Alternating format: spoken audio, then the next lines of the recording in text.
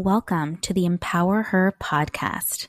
I'm Deanna, an ex-corporate manager turned certified coach, empowering you to create the life of your dreams. My goal is to guide you and support you in understanding what you really want in life, what steps to take to get there, and learn to actually enjoy the ride. Whether you are climbing the corporate ladder, a stay-at-home parent, or an entrepreneur, I coach you on how to believe you are worthy of a balanced, happy, and energetically positive life in work and at home. My goal in this podcast is to help you recognize patterns, implement change, and use your energy for positivity within yourself and your own life. I believe you don't have to suffer in this lifetime. You can create a life on your terms based on what you want, regardless of what that looks like. It is about reframing your beliefs, letting go of negative thoughts, and looking at your life as a set of opportunities there for you. I'm so excited to get started.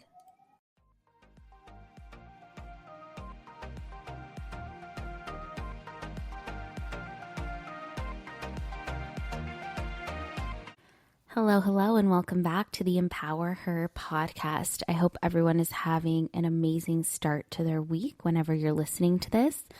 I have a crazy August. I think I mentioned this last time. I have 2 weddings this month, my partner's birthday.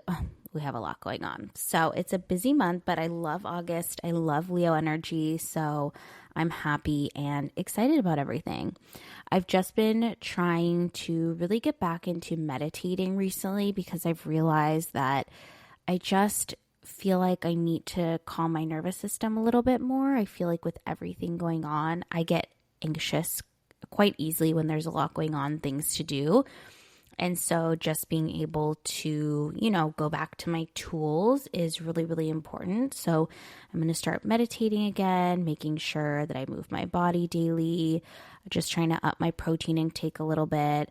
I'm not a coffee drinker, but I have to admit I've been having coffee lately. I'll have like half a shot of espresso in like a latte format with like oat milk. I love oat milk, but I get ones that only have 2 ingredients, so it doesn't have a bunch of crap. And then some vanilla stevia. Oh my God, after lunch, it just hits. I don't know if it's like a European thing to have like coffee after lunch, but even though it's really just milk with like a sprinkle of coffee, but whatever. It was fun for me, but coffee just affects me in like not the best way. And I think it's making me more tired like throughout the day. It's causing me to crash later. So unfortunately, maybe I'll have to find something else, like a fun drink that I can have after lunch that'll give me a similar feeling. But just really trying to prioritize how I feel and all of that, because I feel like that's really, really important. So last weekend, which is what inspired this episode, but last weekend I was on another podcast. When it's out, I can't wait to share it with y'all. I'm so excited. It was such a good conversation. But I talked a little bit about the low point that I had in 2020. That wasn't the basis of the conversation. We talked about neurodivergence, what that looks like, different aspects of neurodivergence in the workplace, specific tools, but I did touch on my low point in 2020. And I just realized that even though I've mentioned my low point, and obviously me being where I am today is because I've gone through those things, I haven't really talked about it in a lot of detail. So I just thought, in the spirit of being more open, more vulnerable, sharing more about myself personally, I just really wanted to share more about what happened during that time, what my low point was, and how I got out of it, because I think how I got out of it encompasses a lot of the tools that I now share with y'all and share with my coaching clients.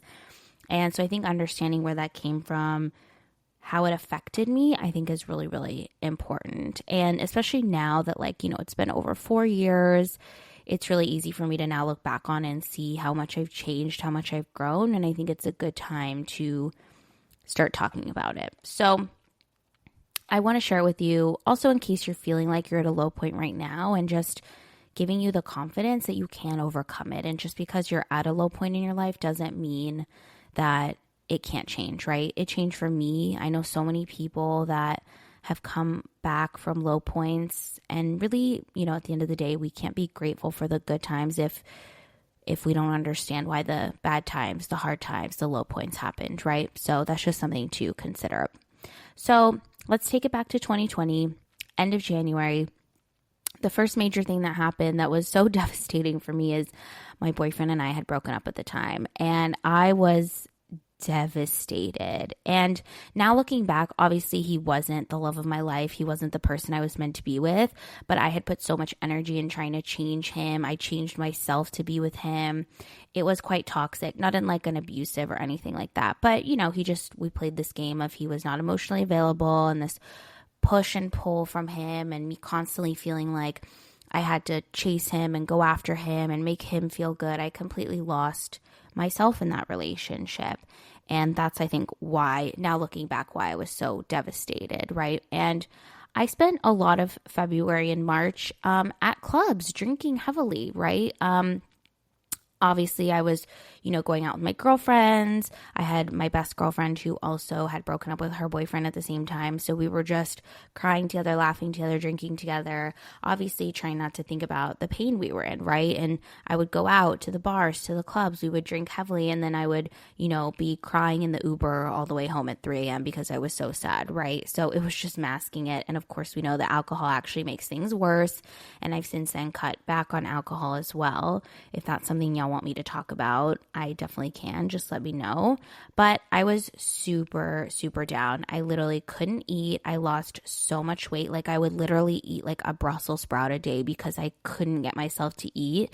And if you know me, I like to eat. I've never had a problem eating ever in my life. So that I was at a really low point if that's what happened.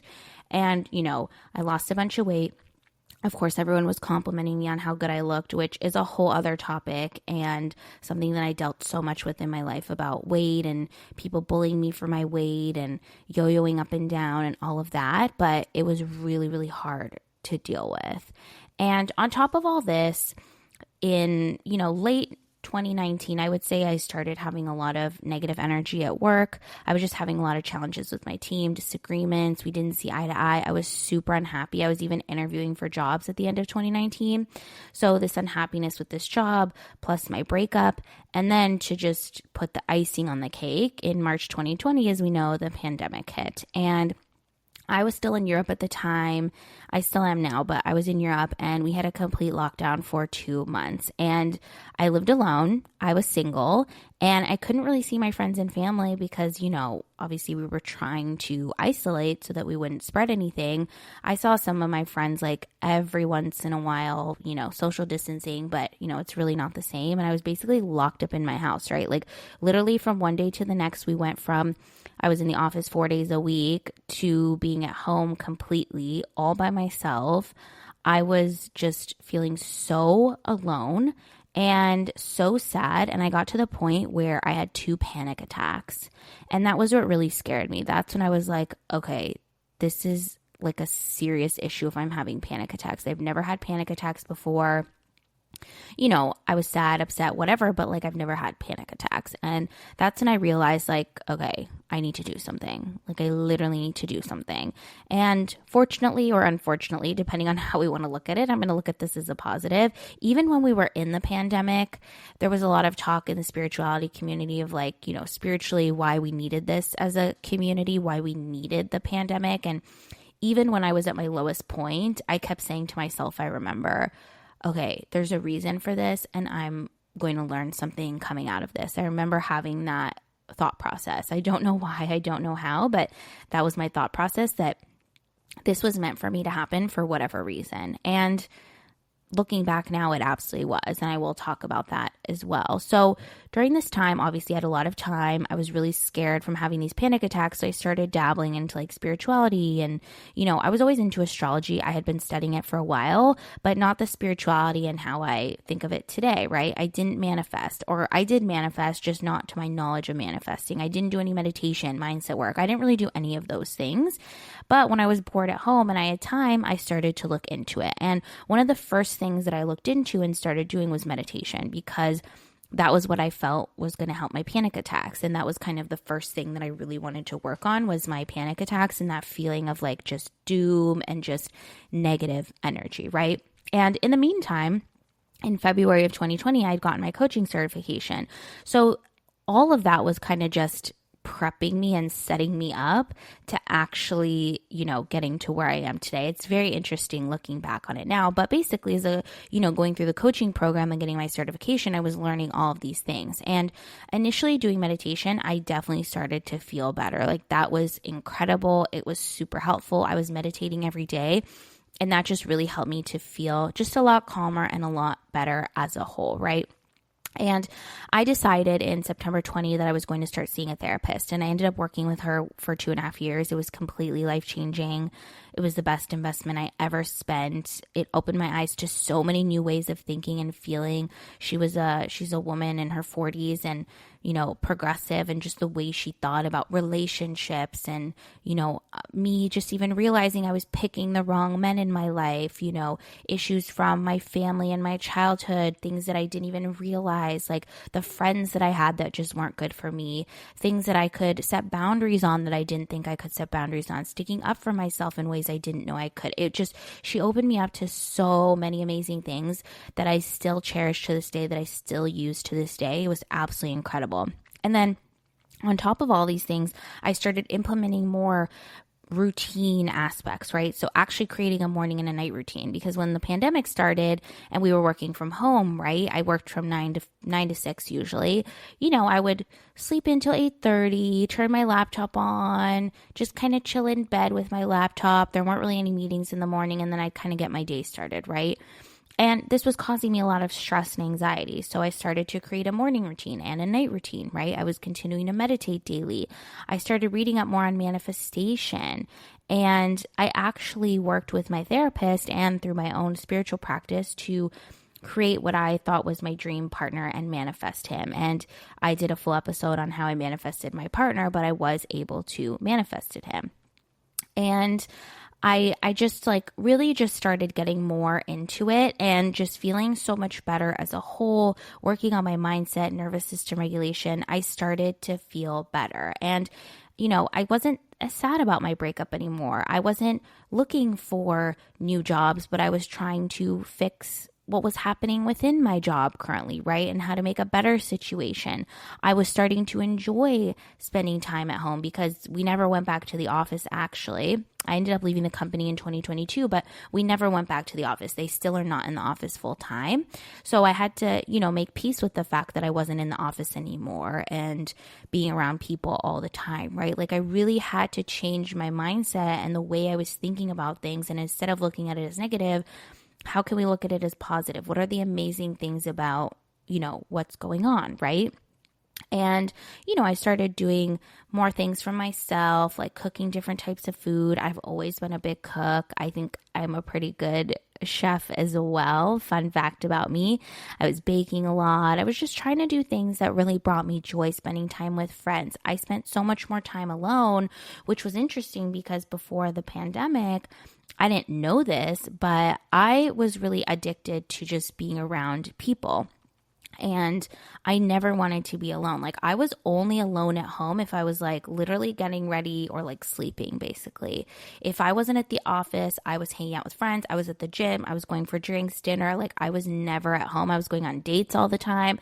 I was never at home, right? And I had to learn. So for me from the pandemic, it was about learning to be alone. And now I love my alone time. Now I work from home all the time. And yes, I do need that social interaction because I am a extroverted person in general, but I also need a lot of alone time as well. And understanding that has been super, super helpful for me. And then, of course, the other thing that came out of it was just really finding myself, finding my voice, working on my routines, my nervous system, regulation, my mindset work, all of that, because I did have a lot of, little T trauma from my past about my body and how I felt about myself and my relationships. So that was something that I really needed to work on. And during this time, there were just so many changes that happened. And one of them was I had a friend break up with 2 friends that I had been friends with for 13 years. And we were in a situation where I didn't feel supported. And it was sort of like the icing on the cake of years of feeling unhappy in the friendship and not feeling supported and not feeling like it was the right fit. And we stopped being friends, and that was really hard, right? I started to understand that I didn't want to work in corporate anymore. After nearly 7 years, I wanted to be a coach full time. So there was so many massive changes. It was almost like I needed to have this low in order to rebuild myself back up, right? And now 4 years later, my life is completely different. Like if you would have told me in like 2019 that I would be broken up with my boyfriend at the time in a relationship with someone completely different, that I would be a coach full time, that I wouldn't have as many social activities, that I would be teaching human design, astrology, all those things, I would have been absolutely shocked, like absolutely shocked, because that's just such a massive, massive change from what my life was like, in 2019 as well. And 4 years later, of course, I'm still learning. I think that at the end of the day, you always have to learn. Like you always have to learn and grow. I was just asked this actually on the podcast I was on last weekend of like, do I think that as a coach and as a person, we should always be learning, or is there like a max that we can learn? And I was like, I don't think you're a good coach if you're not constantly learning. And anyways, even if you're not a coach, you should be learning and growing, right? And, just looking back on the person I was so sad. I was so broken. And that's also okay, right? Like that version of me was amazing. She did the best that she could with what she had. I love that version of me. Was she the best version of me? No. I'm the best version of me now that's possible at this time, but in a year, I'm going to be the next best version of me, right? Because I'm always growing and evolving and I make changes constantly. And some days are easier than harder, right? In the last 2 years, I've had a lot of devastating things happen. 2 of my grandparents passed away, which was absolutely horrible and devastating. And I recognized some negative patterns that I was turning into. And the thing is I use those tools. I went back to my tools and I evolved. So even if I had these shitty situations, because I had grown so much, because I had worked on myself so much, I was able to bounce back faster. I was able to pick myself up. I was able to not go to such a low because I had all those tools. I had the supportive partner. I had the tools for myself to actually know what I want to do, right? And the thing is like, we can't prevent bad things from happening. We can't prevent negative things. The world is going and going and going, right? Like there's things that are completely outside of our control. But what we need to think about is how we can react to them and how we learn to handle these situations, right? So that's generally kind of my story of what happened in 2020. And I mentioned some of the tools that I used, but I wanted to kind of lay them out specifically on what really helped me. And I think what could really help you as well. The first thing is having a morning and a night routine. This was so crucial for me. I was getting so overstimulated easily. I just was hating my job. I felt like, I was just waking up to work rather than waking up to live my life. And I was stressed. I had trouble falling asleep at night. I just really needed to create a morning and a night routine that really helped me. So just a couple of things I implemented as examples: no phone or blue light, right when I wake up or before bed, right? For me, sleep is super important. So getting at least 8 hours of sleep. Not eating right before bed was important. Reading before bed, nervous system regulation. Those were all things that I implemented. And of course, there's other things as well. And I believe in having a menu card of options that you can really use to decide like what you want and what you don't want in that given moment. But having those options is really important. And then speaking of nervous system regulation, something I preach is, having nervous system regulation. If your nervous system is out of whack, you're not going to respond to things as well. You're going to have high cortisol levels. It's going to affect you in everything that you do. So what worked for me is breath work, meditation, and reading. Those are what I love. I do love other forms like visualization exercises and things like that, but breath work, meditation, and reading were so important for me. The next thing that was really helpful was mindset work, right? So having that positive and abundant mindset would really help me from spiraling and really being anxious. So affirmations are really great for this that I did. When I was working on my body image, I would actually look in the mirror and like say nice things to myself. That was really hard. This is something my therapist recommended. It was really, really hard, but it was so effective. Shifting my language, right? If I would say something negative or think something negative, I would shift it and say, okay, rewind. We're going to think something else. Visualizations, again, are super, super helpful. The next thing that really helped me, which may kind of seem out of the blue, but it was enhancing my intuition. So I never And I mean, never used to listen to my intuition. I always used logic. Always tried to logically right brain the whole thing. And that would get me into a lot of issues now looking back. So I really had to learn to enhance my intuition, listen to my intuition. And having done that, it's completely changed the game for me. Not only physically of like what I like, what I don't like, what to eat, not to eat, work out, sleep, all those things, but also in my business, with my friendships, with things that I say in my relationships. It's been so helpful for me. And I think for everybody, we need to learn to enhance your intuition as well. Another thing that was super helpful, and this is for everyone who's a uterus holder, is cycle syncing. So if you have your cycle and you have a uterus, cycle syncing for me was literally game changing. So you have 4 stages in your cycle, and each one is different because you have different hormones that are present, and the levels of the hormones are different in each cycle, and they affect your mood. They affect your ability, your energy, your ability to do certain things, to think more clearly, to be more active, physically stronger. They affect everything. So if you actually sync your life to your cycle, you're going to be more productive. So I have it in my calendar, the different parts of my cycle. And then within the calendar, there's like a note section of like, okay, what should I be doing business-wise, friends, social activities, what I should be eating, how I should be working out and exercising. It's literally been game-changing for me. The next thing is deprioritize your career and prioritize your life. I was a workaholic before. I really was. Like, my work was my priority, my life, and everything, right? And everything else came second. Now I prioritize my life and my career is deprioritized. Now, this does not mean that I work less. I don't actually work less hours. But because I prioritize my life, then it gives me more ideas. It gives me more space to be creative, and I actually am better in what I'm doing. So instead of sitting down and forcing myself to be like, okay, I need to come up with the next podcast episode today. What should I do? And I'm sitting in front of the laptop. Instead, I'm going to go on a walk. I'm going to go hang out with friends. I'm going to cook some food. And then while I'm living my life, I get an idea for the podcast, and then I'm going to go write it down, right? And like do the notes and prep and actually record the podcast, right? Like, that's an example of like, I'm still doing the work. I'm still doing the same amount of work. It's just I'm not prioritizing it, and therefore I'm becoming more successful and more creative in the long run.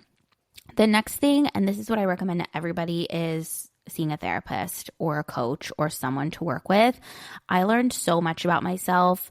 And again, all those things that my therapist taught me and the things we talked about, I use to this very day. It was the best money that I ever spent. And I absolutely loved every second of it. It was so life-changing. The next thing is putting myself first. So I had to learn to put myself first. I'm a chronic people pleaser. I'm a reformed people pleaser, and not in a selfish way. Of course, like, we don't want to put anyone else in harm, right? But you need to put yourself first. I was always pleasing other people and doing things for other people, and I had to learn that I actually needed to please myself. If I wasn't pleasing myself, who was actually going to do that? Who was going to love me if I didn't love myself, right? So I had to put myself first. And then the last point, which kind of goes into this, is I needed to be kinder to myself and love myself, right?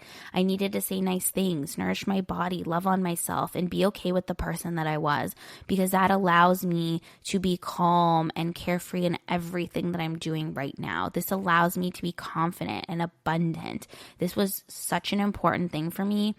And this made such a difference because now I set better boundaries because of it. I communicate more effectively. I'm a better coach. I'm a better partner. I'm a better friend because I'm kinder to myself and I love myself. So if you're struggling, if you feel like you're at a low point, if you feel like something's out of whack, just know that you're not alone and there is a way out of it. There is an upside to everything, right? You will get there. Just give yourself grace, love yourself, maybe implement a tool or two that you feel like is helpful for you. But, you are capable of getting through this, and you will make all your dreams come true. You are going to make all of those things happen that you want. You just have to believe in yourself. And sometimes we do have to go through those tough times before we can really get to the other side. You've got this. I believe in you. I believe in you. I hope this episode was helpful, hopefully a little inspiring. Maybe you got some good tips out of it. I wanted to mention that I do still have coaching slots open for August, and I did open up slots for September because I know that's usually a busy time.